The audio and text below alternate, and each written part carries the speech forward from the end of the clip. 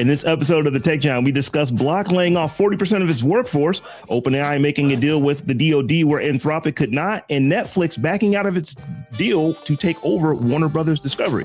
We've got all this and more for you in episode 217 of the Tech Giant from Columbus, Ohio. I'm your host, Robb Dunewood. And coming out of Philly, it's your girl, Tech Life Steph.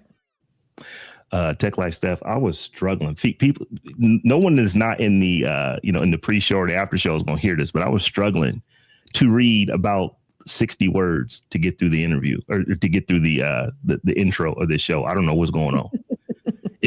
I flub it regularly, but it took I think 4 takes for me to get it. All good, man. Yeah, it happens sometimes. So, hey, I got to ask before we get into doing the show, and for folks who are listening and don't hear another deep voice, Terrance is at a basketball game. I believe that's what he said. His son has got a basketball game this evening, so he wasn't able to make it. So, Steph and I just going to run with just the two of us edition of the show. But I did want to, before we get into this, just let folks know that, hey, we have patrons that are rocking with the show. I don't know what it is over the last few months. We didn't get a new patron this month, but Aaron Jones actually increased their level. So they said, hey, we want to make sure you guys bring this tech the way that you bring it. So they've actually given us a raise in Patreon.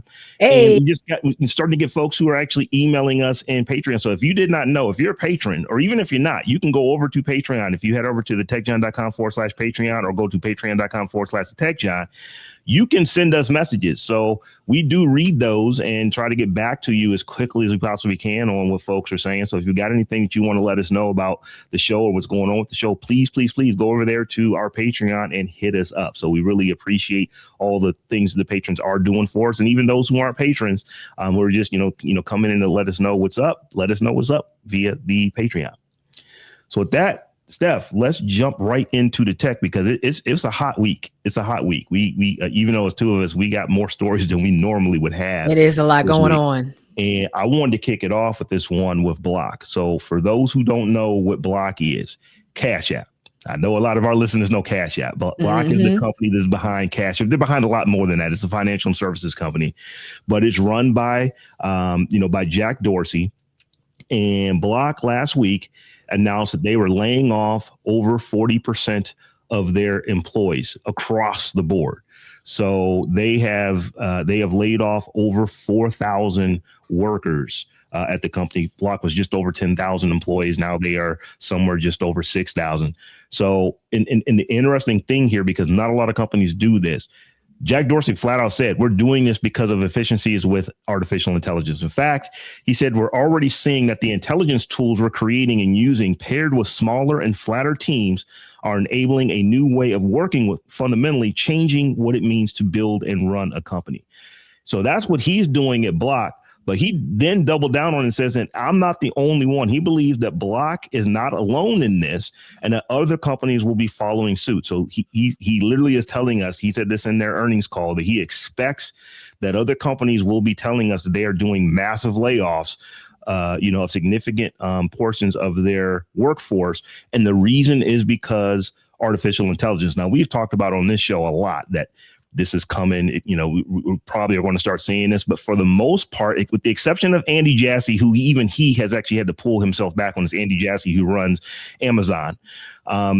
They've given you every other reason other than AI. Jack Dorsey is standing 10 toes down and saying we're getting getting rid of 40% of our workforce because of AI and how we can be more effective with it. Right. So I wanted to get your take on just what's going on with Block, and then we can discuss more about how do you think this is going to ultimately affect the industry, not even the industry. How's it going to affect the United States in particular? How's it going to affect the world? Because I think he might be right. I think you're going to see more companies potentially do this. Yeah, it's interesting. I would be I wonder if his rationale makes sense. He claims he wants to just sort of do it like ripping off a Band-Aid, if you will. I'd rather get there honestly and on our own terms than be forced into it reactively, end quote, which, I guess is that good leadership? I'm not sure, like slicing the heads off of 4,000 people is a lot. And it creates a huge sort of seismic level shift in what other companies will do to follow him. It does a lot of damage to those people and those families, near term. I think they do have a decent severance package, but still, I just feel like I'm wondering if this is going to be another Salesforce, and how they laid off a bunch of people, or another Duolingo, where you see, this is a smaller company, so I think they may avoid some of the negative impacts those other companies have had when they tried to sort of replace people with AI, but it doesn't feel good. I mean, I guess, layoffs aren't supposed to, but I tend to think there could have been something else done. He went on to say repeated rounds of cuts are destructive to morale, to focus, and to the trust that customers and shareholders place in our ability to lead, which also makes sense, I guess, when you think you don't want to, lay off 1,000 people this year, and then 1,000 people next year, and then next quarter, a couple more people got to go. And every 5 minutes, every time you turn around, you're laying off more people, when I guess you figure out what the number is and what it needs to be.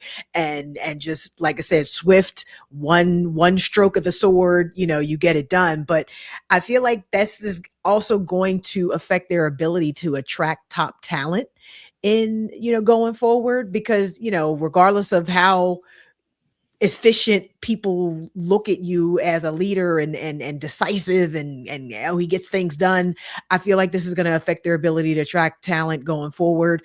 And kind of ultimately, in a bigger picture, in a more meta kind of way, I was reading a lot of other sort of accompanying articles around this, about what it signals for white collar workers.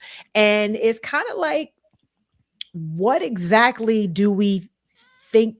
Like, what's the end game here? I think I said that maybe last week or the week before as well, because when you eliminate this layer, these aren't people that can just hurry up and go get reskilled to do something else. These are highly trained and specialized and degreed, potentially, people who, did all the right things, did it the right way, went to school, went to coding boot camp, got the good job and all that good stuff.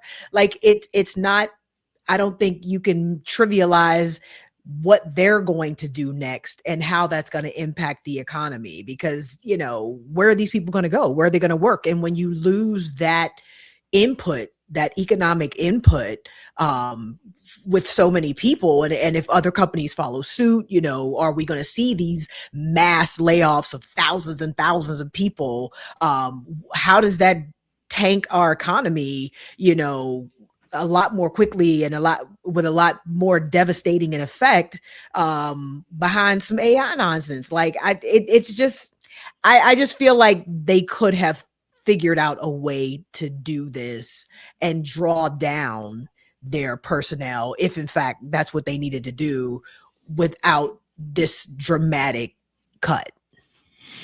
So here's my thought. I think a couple things. I think, number one, I think that Jack Dorsey is just one of those kind of dudes to where I want to go lay off 40% of my company and see if I can get away with it, because he told you what could have happened. It's like, we can do this in one broad swing of the sword, so to speak, or we can piecemeal it.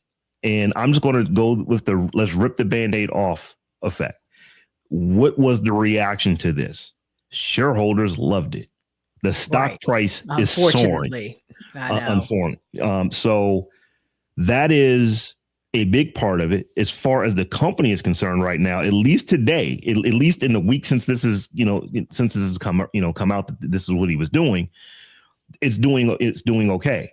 You also have to remember, who does this guy hang around with? He and Elon is boys. It's, they're on and off again, but it's like they kind of think alike. When you the five people you hang around with most, that's kind of how you think. That the average of those five is how you think about stuff. Yeah. So he saw Elon Musk do this at Twitter, now X, and for other reasons, X is not where X once was.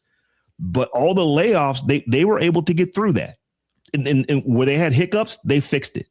And I'm just wondering if he's thinking, let's just do this, because I think a big part of it is that, yeah, you're saying it's AI, but a lot of it was during the pandemic, these tech companies, they did everything they could do to keep as many people employed as they can. The government was throwing money at them, like, hey, do not let people get laid off. So they did that.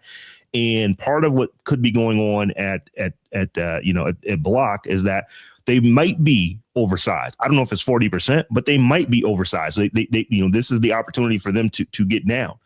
And like I said, I don't want to be cynical. I know that this is people's jobs. If anyone who is affected by this is listening, I'm not being callous and cold, but I'm just wondering if this is somebody who is one of the richest people walking the earth saying that, you know what, I'm just going to try this and see what happens. I don't think that he's not a person that would not think that way. I'm going to go try. Absolutely. You look at, and I don't mean to, compare him to a character. But, I go back to that movie Mountainhead, and I don't think those people are that fictional. If anybody hasn't seen Mountainhead, it was on HBO Max. It's about 4 tech giants who, are in the likeness of Zuckerberg, Tim Cook, probably Evan Spiegel was probably supposed to be one of them. And I don't know who the 4th one could have been. But, or I guess Jack Dorsey. So Evan, Jack, Mark, and Tim, basically, in these 4 characters, and they have to solve this AI crisis, basically, as the world is burning. They're at this retreat, this mountain retreat, and they're just, they're very flippant about what is happening as the world is burning, and they're taking bets, and they're, they're comparing who got to unicorn status quicker, and all this other stuff. So, I don't want to say they all consider this a joke necessarily, but they definitely, I feel like, look at it as a competition and don't really, I think, consider the human element of what they're doing. So when you say, he probably did it just to get away with it, I wouldn't doubt that. Honestly, I wouldn't doubt that, he may not necessarily have the empathy, to even consider what he's doing to these 4,000 people, but also to the overall industry and the global economy at large, because at the end of the day, to your point, shareholder price went up, stock price went up, shareholder value went up, and I won. You know what I mean? And I'm winning when I do this thing. And this is positioning me to win even more. So I think some of these people are truly just kind of devoid of, I don't want to say a soul, but it's feeling like that. It's feeling like there's just not a whole lot of consideration for humanity in a lot of these things, because just because you could doesn't mean you should, and these are real lives at stake that woke up one day and went to work and just weren't employed anymore, and because other companies are going to follow suit, who knows where these people will end up, if they end up anywhere. I can't remember where I heard or read this, but I've heard or read it more than once. And it said something about Fortune 2000 CEOs, that an overwhelming, I don't know if it was majority, but it was a lot of them, a large number of these CEOs of the biggest companies in the world. They tend to have a bit of personality disorder. Some would even say almost sociopathic, a bit, because they're able to just compartmentalize. I need to lay off 4,000 people, because they're looking at them as people in a spreadsheet. Now, I do not want to paint every single CEO this way. I know some they're absolutely caring, and they have to do this regardless because the spreadsheet said that they needed to.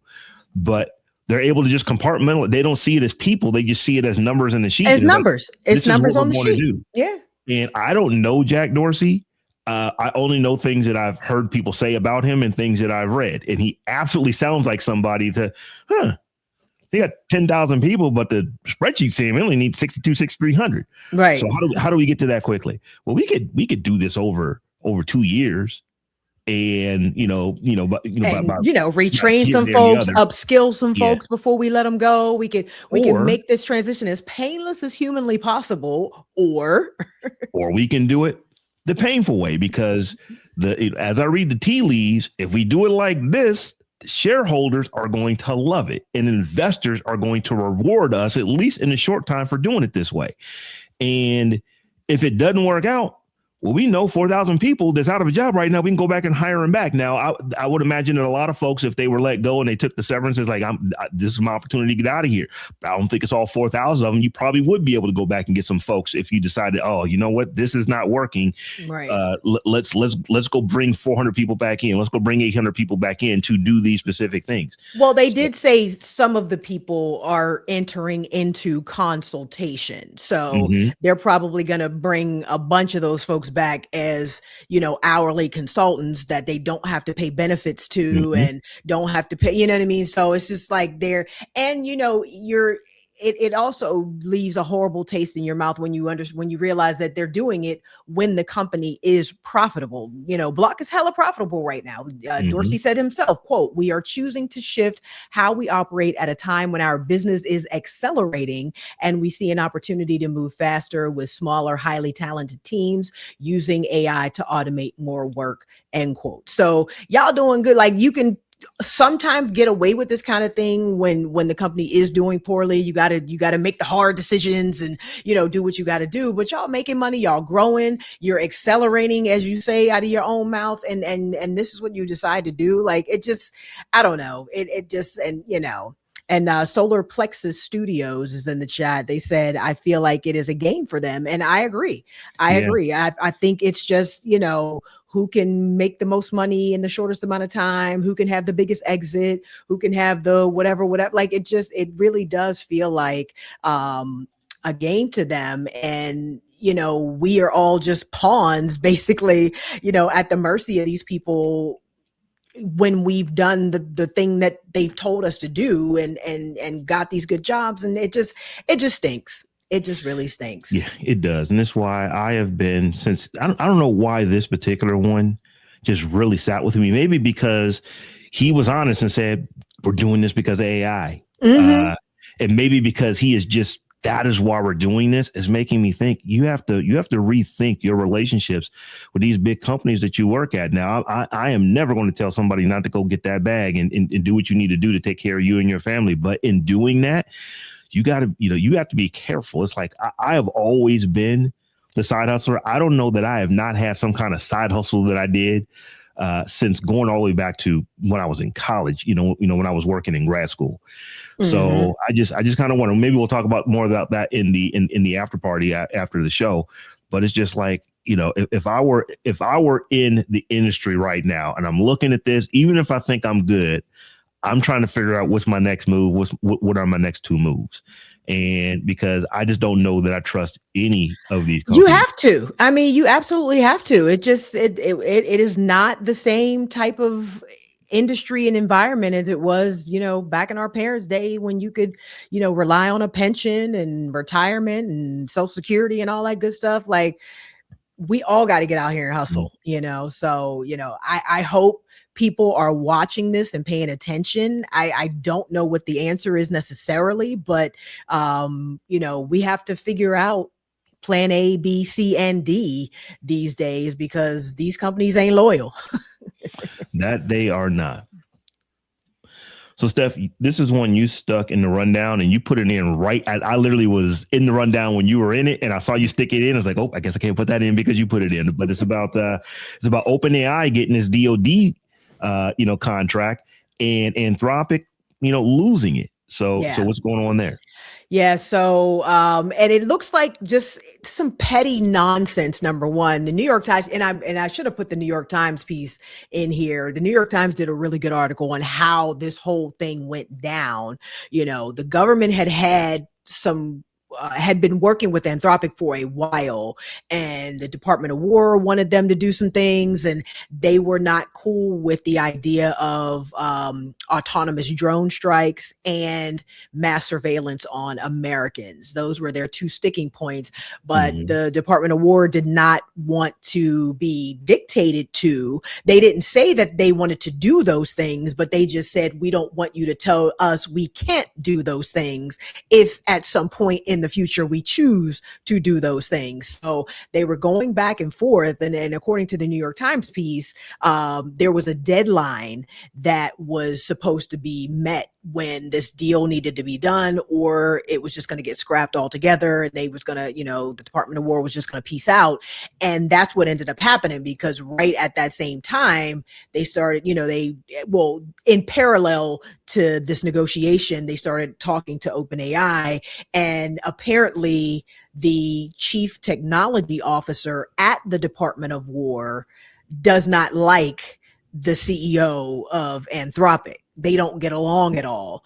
And he was and he got along. I guess he gets along a little bit better with Sam Altman, because it really just boiled down to, y'all not going to tell us what to do. Plus, I don't like you no way. I don't mess with you no way. So I'm going to go over here. So literally, as that deadline approached, Anthropic had actually asked for just a little bit more time, because they said they were literally, a few lines in the contract away from signing this deal. But they couldn't get the CEO on the phone right away, because he was speaking to his executive team trying to get this deal done. And they were like, you know what? Tell them don't even worry about it. We already got somebody else. So they literally just, pulled the rug from under them, and did the deal with did the deal with OpenAI, and tried to label Anthropic a, quote, supply chain risk, because they wouldn't give the government what they wanted, which would mean, kind of blacklist them basically from doing business with any other American companies. No other American company had ever been labeled a supply chain risk. Anthropic is actually suing the government to remove that designation. But I don't think this is going to work out the way OpenAI. I think this is not going to be the flex. Yeah. OpenAI thinks it's going to be, Sam Altman put out this long drawn out blog post about what was going to be so different from the way the deal was structured versus the way they're doing it. I mean, basically the first two points of order, they say, are remaining the same. So no use of OpenAI technology for mass domestic surveillance, no use of OpenAI technology to direct autonomous weapon systems. But the third point of their agreement is what they say separates them from what Anthropic was doing. They say no use of OpenAI technology for high stakes automated decisions, whatever that means. And the deployment architectures, cloud only, their contract, the relevant language in the contract, they have a whole, like I said, statement and FAQ on their page. But I was looking online, and one of the things that I don't even remember whose post it was, but there is a phrase in the language that says any lawful use. So they can't do it. They can use it for any lawful use of the technology. And we understand how this administration changes laws every single day. Well, here's the thing. I want to make this point very clear. It is anything that is lawful right now. So let's say that Congress gets together and says, you know what, some things that were illegal before, we're going to make them legal now. That doesn't count. It is what is legal at the signing of this contract. So here is what is interesting to me. You laid out the technical bits of this very, very, very well. But you said at the beginning, I think this has got a whole lot to do with being petty, because pretty much you have the CTO of the Department of Defense does not get along. It's not just now. We've known this for years. They have beef. They got beef. They have moved furniture from what I've heard, in small spaces to make their points clear. So there's that. And Sam Altman flat out said, he doesn't understand why Anthropic couldn't do exactly what they have done, because the thing here is that the DOD, and I will not call it the Department of War, it's the Department of Defense. That's right. And he is the deputy of the Department of Defense. His mama name him Clay. I'ma call him Clay. Yes, that's where we at. You're right. They do not want to be dictated to what they can do. But Anthropic, like OpenAI, they run their stuff in their own cloud. It's like the government is subscribing to it. And OpenAI is what I was saying. It's like, if we don't like what you're doing, we have the autonomy to shut it off, because we have some people in place that are, that are cleared to, to know everything is going on, and they got an off switch. And Altman even said, allegedly, Altman even said that he thinks that Anthropic had the same thing. So he was befuddled how they couldn't get this done, because it's not like they were deciding between the two. Right. They already have Anthropic. They already had it. They're already they've been using them for months. And, it is believed that, it's not a tech story, so it's not making it to what we're talking about. But there's this little conflict that we started in Iran over the weekend.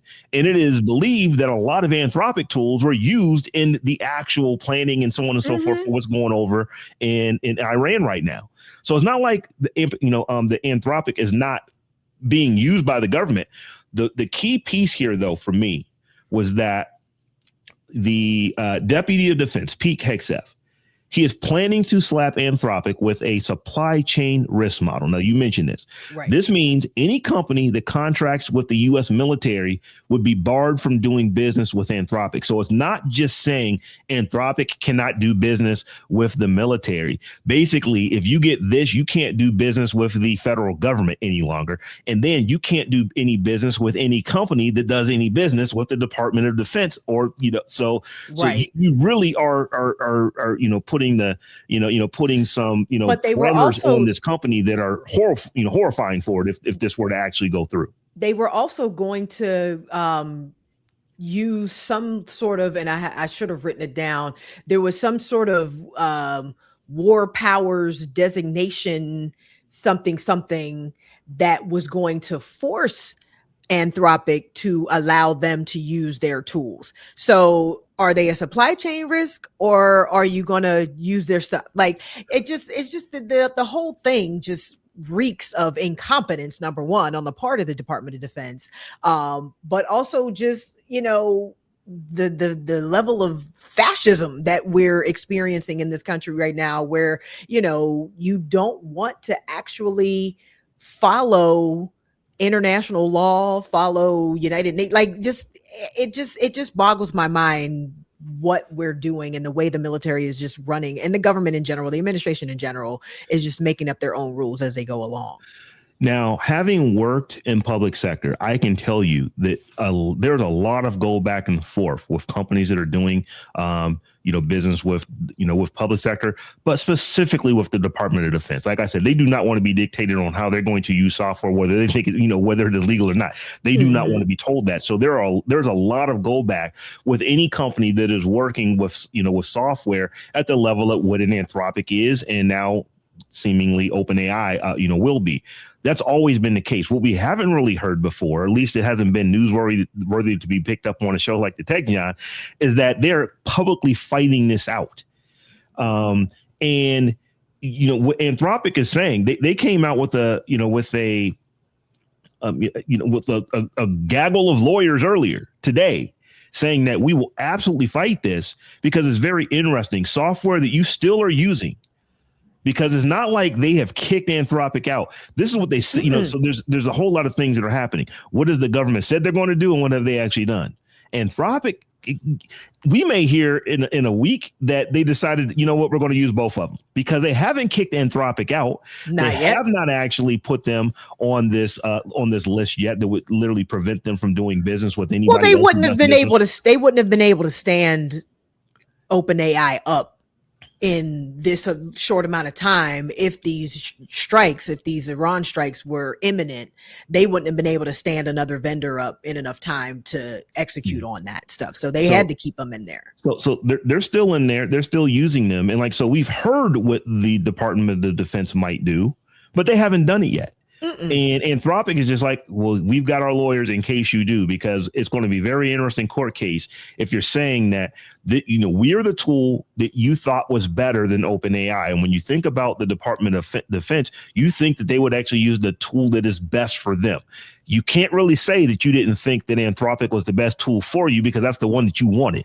And you're not getting the one you want. So there's that. And now you're saying that, well, this tool that not only was it the tool you wanted to use, but it's the tool that you are continuing to use. It's now such a threat that no company that does business with the Department of Defense should be able to do business with Anthropic. How does that make sense when the Department of Defense itself is still doing business with Anthropic? That makes no sense.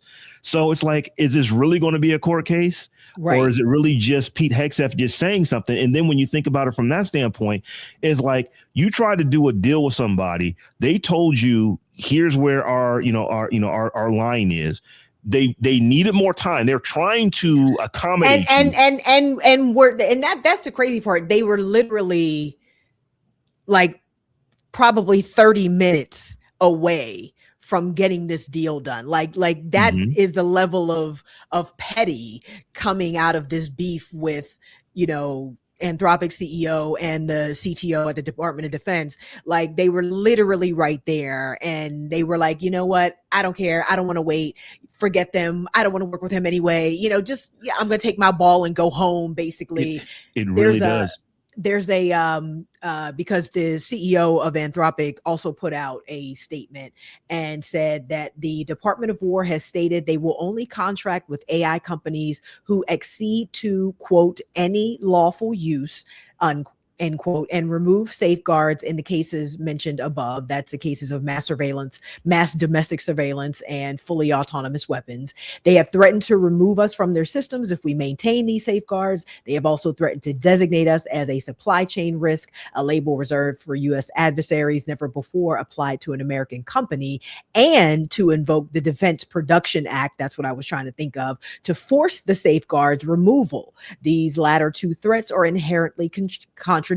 One labels us a security risk, the other labels Claude as essential to national security. Regardless, these threats do not change our position. We cannot, in good conscience, accede to their requests.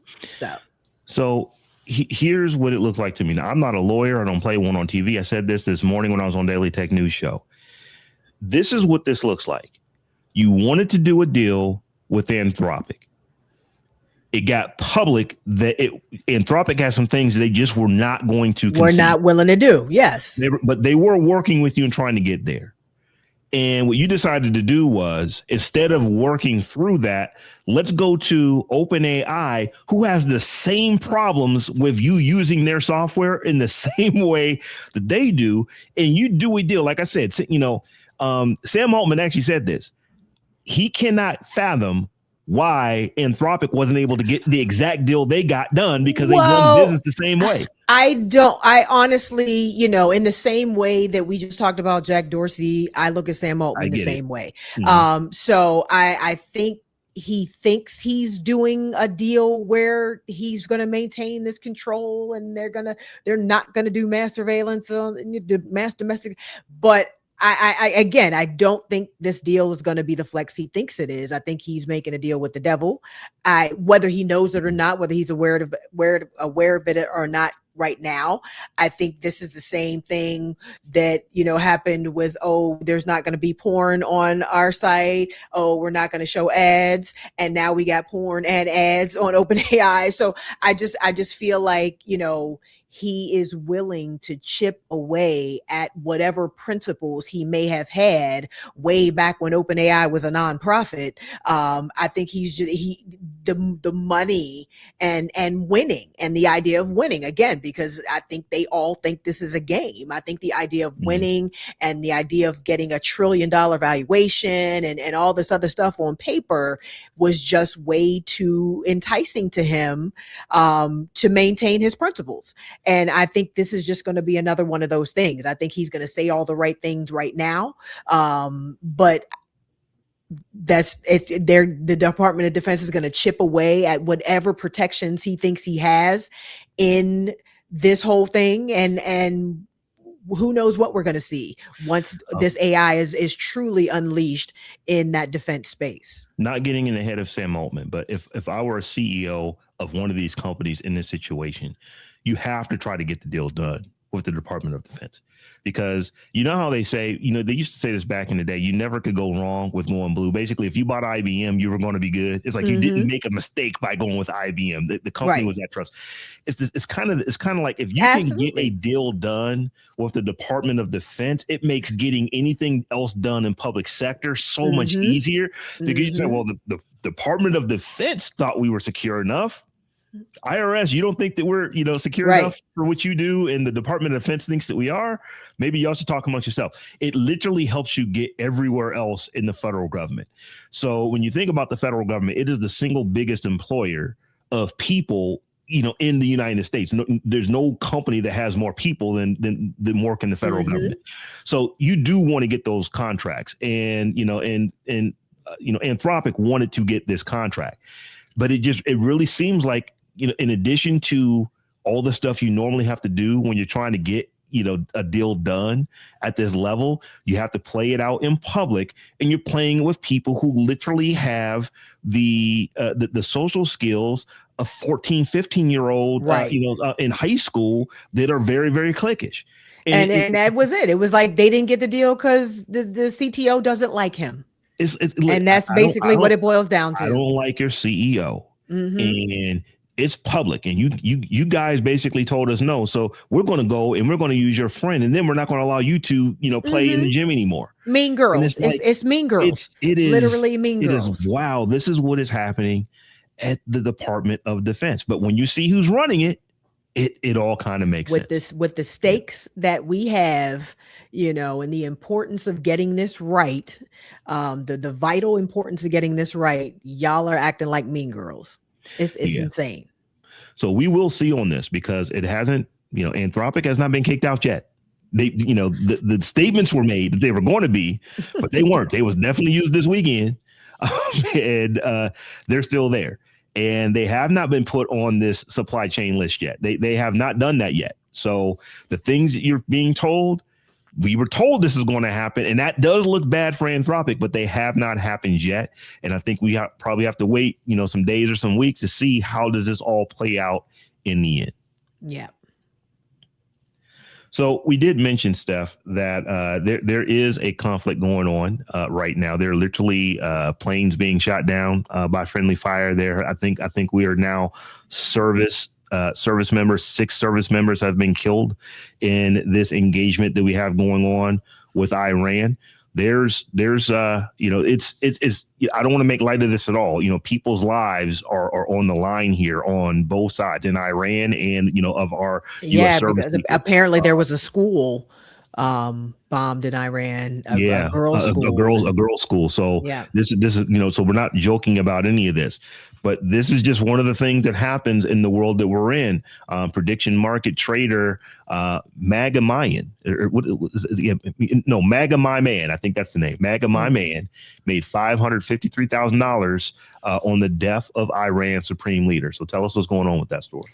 So it's interesting, because there was a story here recently on our NPR affiliate, WHYY. I was in the car a couple of days ago, and we were listening to a story where a guy, bet his life savings on this platform called Polymarket. And I hadn't heard of Polymarket before, but he actually got his, and I cannot remember. I'm so mad because I cannot remember what he actually bet on, but it worked.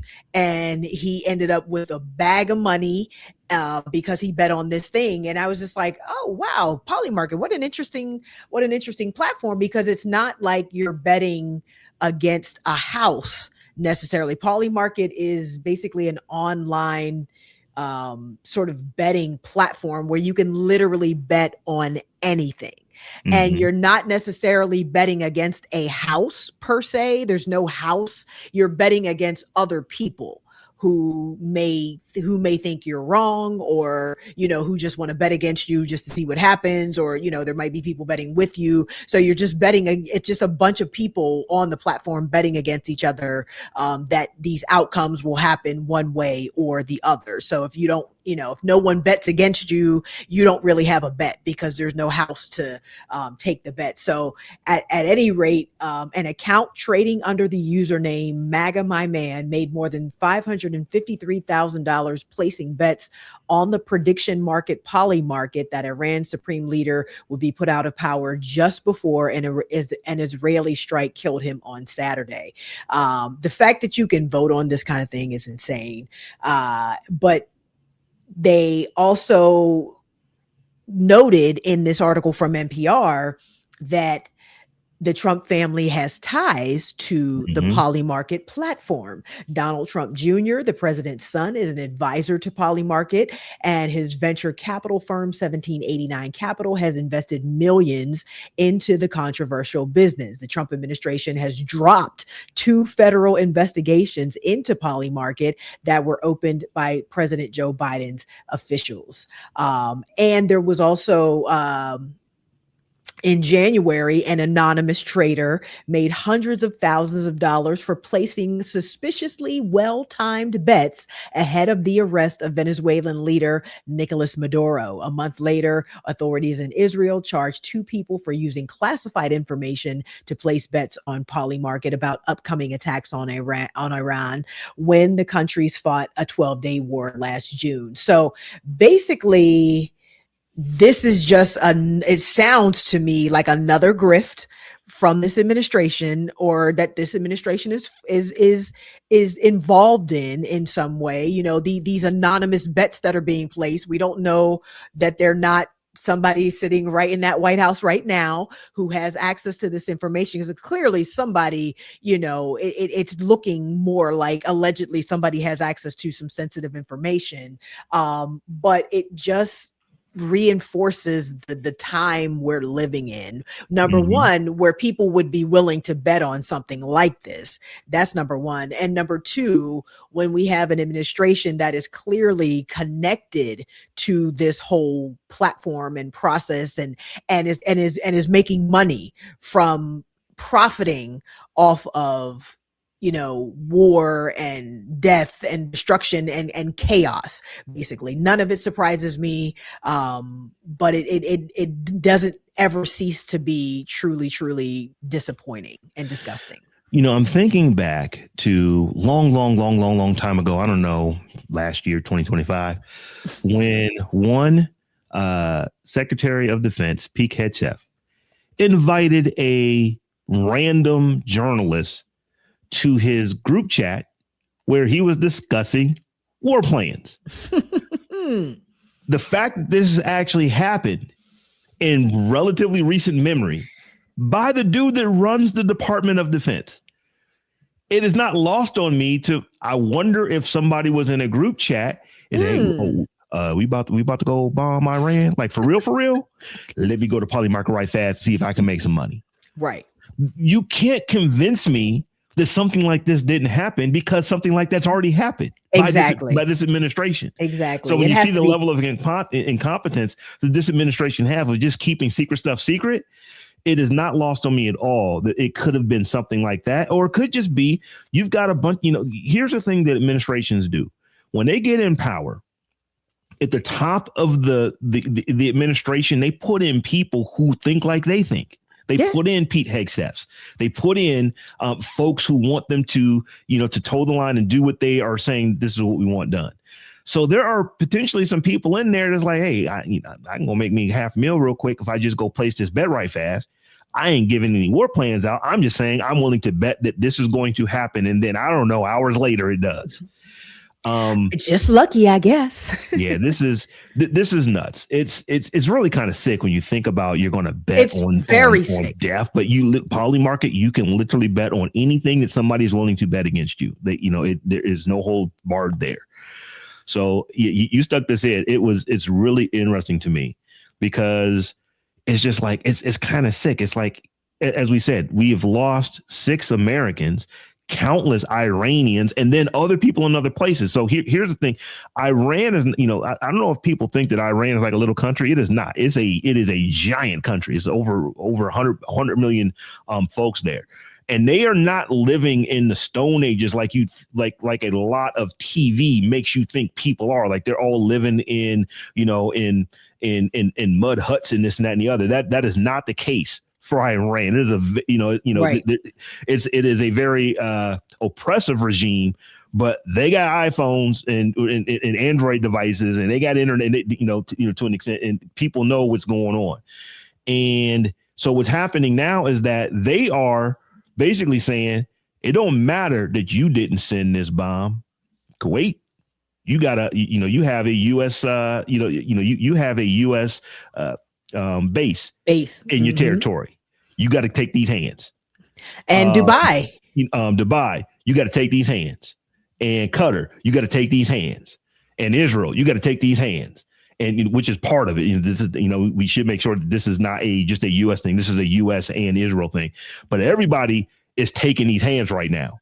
So like the Patriot missile shield is working very, very well for our bases, not necessarily so much for everybody else, though.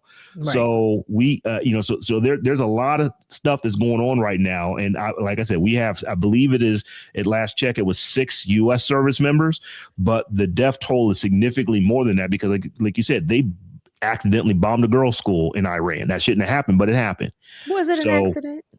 So yeah, there's a lot that's going on, and the fact that you have people that are betting on this. Now it could have been someone who just said, you know what, let me put my finger up in the wind.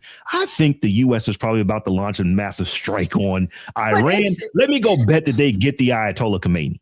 But it's like, what is the psychology involved in someone that would want to bet on something like this? You know what I mean? Like that's what I mean. Like just the de-evolution of humanity at this point. We have completely devolved into, I don't even have a word for what it is, because the idea that you would even want to bet on something like this is just, I mean, I'm not trying to, I don't know. I'm not trying to sound like I'm on a soapbox, but be careful not to expect people to be out there people. And this is what people do. Yeah, clearly. Like I one of the things that it doesn't make me smile, but it just makes me kind of giggle a little bit whenever I hear, oh, this is not who we are. No, this is exactly who we are, because we're the ones who did it. Exactly. So no, am I shocked by this?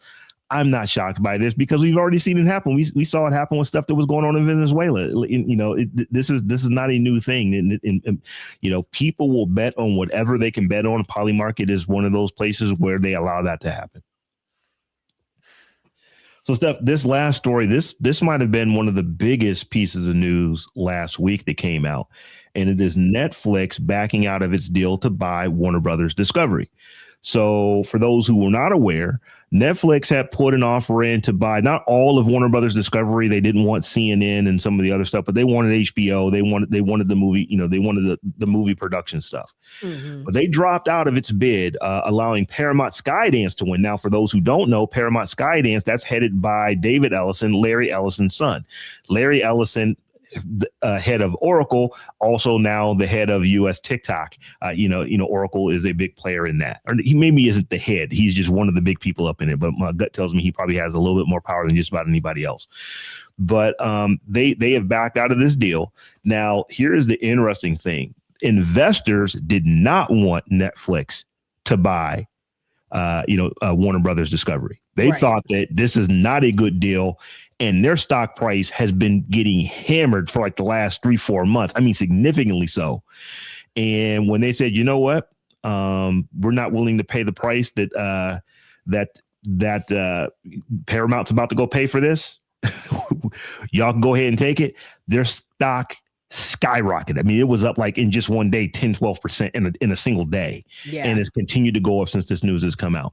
So the interesting thing here is that not only did their stock go up, but because they were so deep into the deal, there was a backout fee. Paramount has to pay Netflix $2.8 billion for the backout fee because Netflix is deciding to not do it. So it's not only are is their stock price skyrocketing. They just got darn near $3 billion to not buy Warner Brothers Discovery. So I thought that was very interesting. This is something that we've been talking about for a minute. So one of the things that now is going to happen, you're probably going to have to see, Larry Ellison, David Ellison, and the crew, they're probably going to end up making a lot of layoffs over here because there's a lot of stuff that's duplicated. They have CBS. They have CNN because Netflix is saying it's like, nah, we don't want CNN. Y'all keep that hot mess. They are saying, no, we want the whole thing. So they now have CNN and they have CBS. So one of the things I want to talk about beyond the deal is it just me or the oligarchs oligarching? Because absolutely. The Ellisons, it's like when you look at media and the amount of power that they now have, it's like they already were Paramount. They got CBS and all that stuff, and in the Paramount Studios and this and that and the other. They are a big player in US TikTok. TikTok being, one of the biggest social media platforms on the planet. And you're now getting Warner Brothers Discovery, which is HBO, and all the HBO stuff and all the Warner Brothers, studio lot stuff. You're getting all of that, and you're getting CNN. So now you have CBS, and we can see what has happened to CES since Barry Weiss has taken over. Absolutely. CBS has become. You can't even at this point really even call it Fox Light because it's like it's just Fox. I mean, Fox is even like clutching their pearls on some stuff that they've done over at CBS when it comes to like 60 Minutes, and you can't air this, you can't air this, those kind of things. But now, that's going to happen at CNN as well. So it's like you have a whole lot of media power in just the few hands of a few people. And to me, that's kind of very concerning. I mean, we're witnessing real time the birth of state-sponsored media.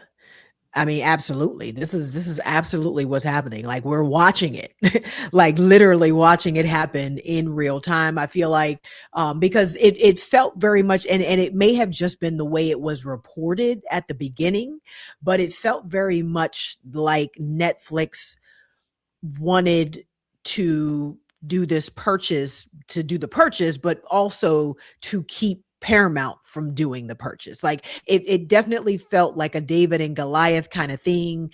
It felt like an altruistic, sort of crusade that Netflix was on to try to keep the media landscape as diversified as possible, even though they were sort of consolidating some things as well.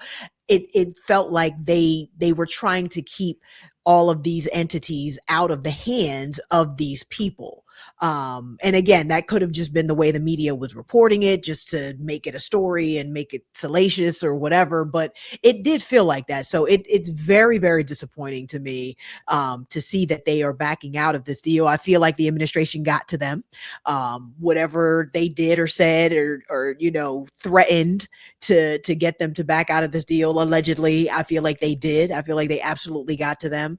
And, it's going to really be just awful to see what media looks like going forward when you literally have, 2 or 3 people in control of what goes out over our airwaves. I mean, thankfully we do have an internet now and mechanisms for information, output and dissemination other than television stations and things like that. But, we still are very much reliant on those places, and especially on the news organizations for our information, for accurate information, for journalistic integrity and things like that. And we are not going to see that going forward. We're just not. And it's very disturbing and very disheartening.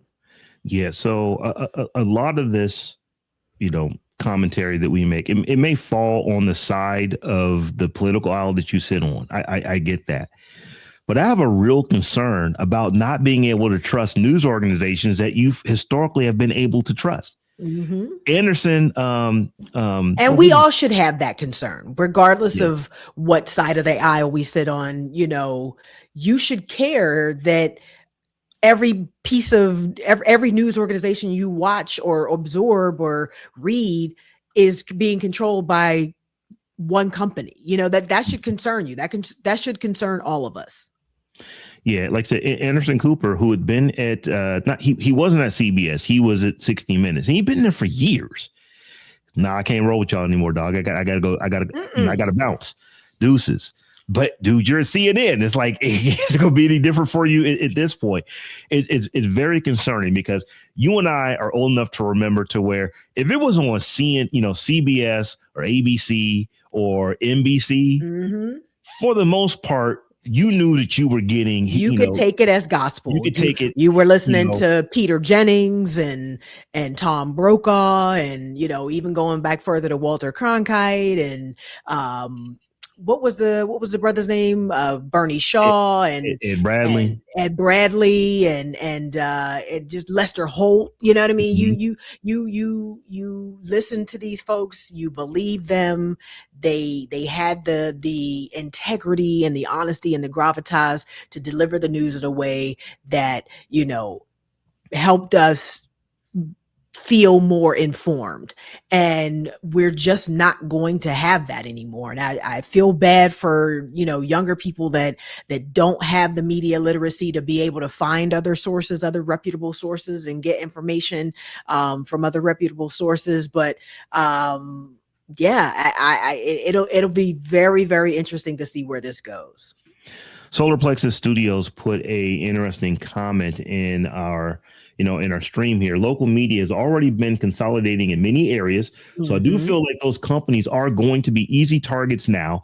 And this means that the current media deserts are just going to grow. That's right. And I couldn't agree more. That's right. I mean, that is what's happening. And it's like, we were just saying, I remember if Ed Bradley said it, that's what happened. Now, did these folks make mistakes? They absolutely did. But when they made mistakes back in the day, they came on and did retractions. And depending on how bad the mistake was, they had to leave. Dan Rather had to leave CBS. Tom Brokaw had to leave NBC. These things have actually happened, over time. So it's just, where do you get your news? And who do you believe? So, we've talked about this, like the growth of Substack and this and that and the other. And you look at like a Don Lemon or a Joanne Reed or a, Mehdi Hassan. Yeah. That dude's killing. I don't think people realize how big Zateo is on Substack and just his own, his own platform. And Roland Martin at the Black Star Network. Yeah. These folks are building their own media companies and they're doing quite well, but they don't have the $1 billion budgets, the $100 million budgets that CNN and NBC and CBS and ABC have. They just don't. These are some of the biggest media companies in the world for a reason, because they have lots of stuff. They have lots of money to go out and pay these newsrooms. And if you can't really trust what's coming from them, because Fox News, they say they're not news. They say they're entertainment. They've said this in open court. Right. So when you have that, and then now you have people, you can't even trust 60 Minutes anymore. And then, if you still trusted CNN, you can't trust CNN anymore because, as you said earlier, it kind of feels like state media. I don't trust anybody who's friendly with the administration. Not at all. If you're pals, sorry, not sorry. Administration, I don't trust you. But you know what? I don't trust you if let's say the Democrat gets back in power and you're really buddy with them. I don't trust you there either, because what we have seen is that these people who are running these countries who are literally countries because they have the money of countries in some cases, but the people who are running these companies, they stick their finger in their mouth, put it up in the wind, and see which way the wind is blowing. It's like, oh, I'm going to donate really heavy to the Democratic campaign because it looks like y'all might win. I want to make sure that these laws are favorable, towards us.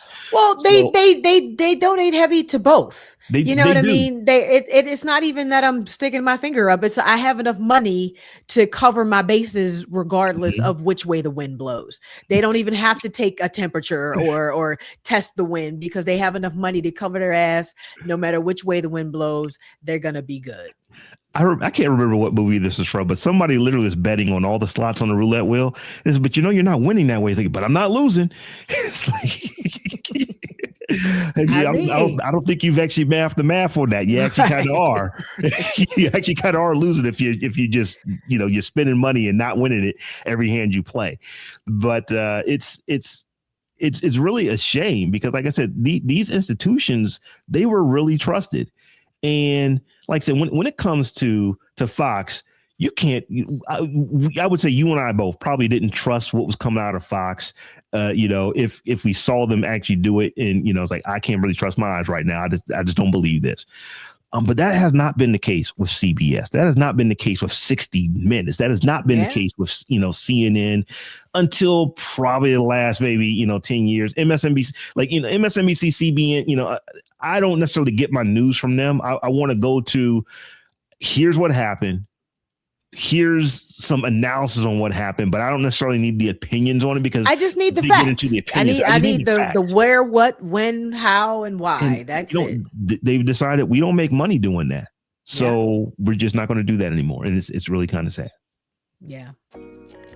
Well, folks, that is the end of our show. We're going to go ahead and get ready to get up out of here. But before we do, I do want to let folks know that, hey, the weather is kind of changing now. I know we had some 70-degree days here in the Midwest last week, and then we had an inch of snow on the ground this morning.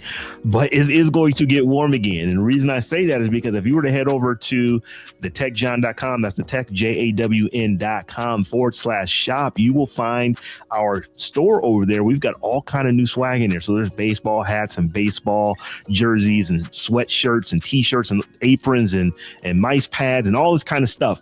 You can head over and you can get. So if you like our logo with with our mask on it, go ahead over there and get you some stuff. And if you do get anything from our store, make sure you take a picture of you wearing it or using it and send it in. Head over to our Patreon and send us an email over there. Or if you're on our Discord, get on Discord and send us those pictures of you using anything that has our logo on it, because we want to put that up in our social media and put it up on the website and give you a shout out here on the show.